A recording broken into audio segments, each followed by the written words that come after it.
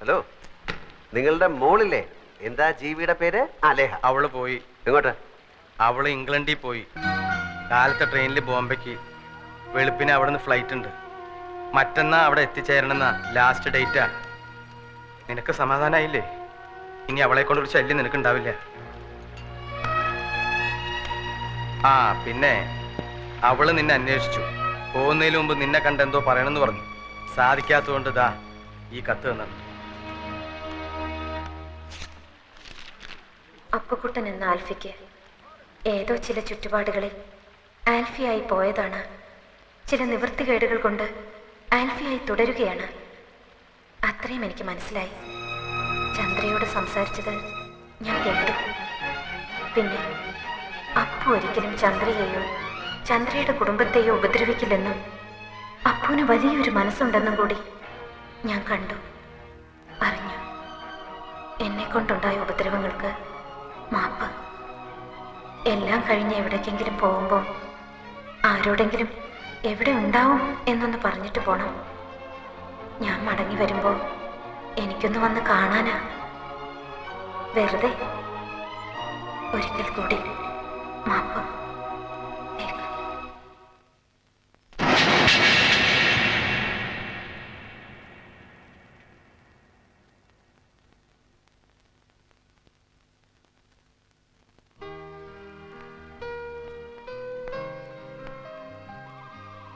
ലേഹയുടെ flight ഇപ്പൊ പോയി കാണും അല്ലേ?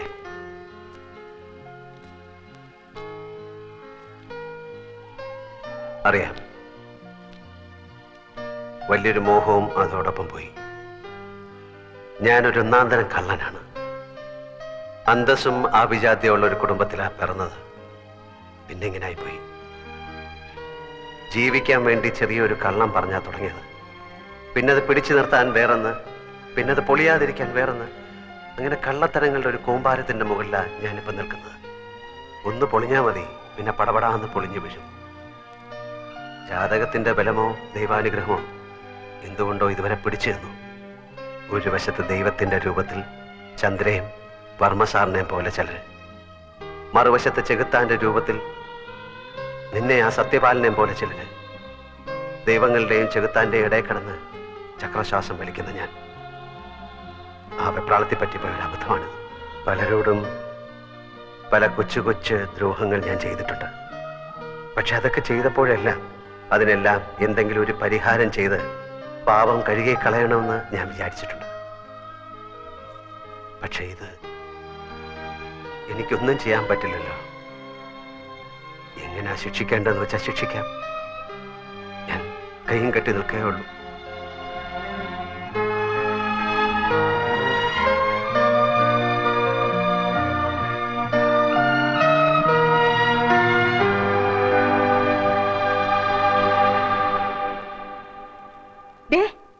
ഇത് കണ്ടോ? രാജ്യം വിട്ടുപോയ പെണ്ണ് ദാ വന്നിരിക്കുന്നു. എന്തു പറ്റി കുട്ടി? ഞാൻ പോകുന്നില്ല. എനിക്ക് പോവാൻ തോന്നുന്നില്ല. ചന്ദ്ര ഇങ്ങനെ കിടക്കുമ്പോ ഞാനും ഇവിടെ വേണമെന്ന് എനിക്ക് തോന്നി.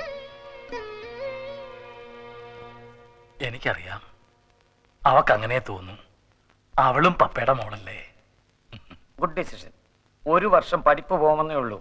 വേണമെന്ന് തോന്നി ഇനി അപ്ലൈ ചെയ്യാം. പക്ഷേ ഉടനെ യൂണിവേഴ്സിറ്റി പോയി എഴുതി കൊടുക്കണം. വെറുതെ സ്കോളർഷിപ്പ് എന്തിനാ കളയുന്നത്?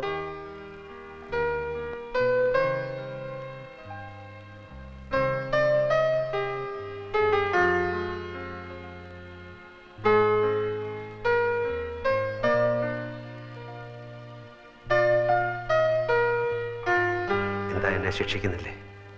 ഉണ്ട്, ശിക്ഷിക്കണമെന്ന് തന്നെയാ എന്റെ തീരുമാനം. അതിനു മുമ്പ് എനിക്കറിയണം എന്തിനാ ഈ നാടകമൊക്കെയെന്ന്. സൗകര്യമുണ്ടെങ്കിൽ പറഞ്ഞാ മതി.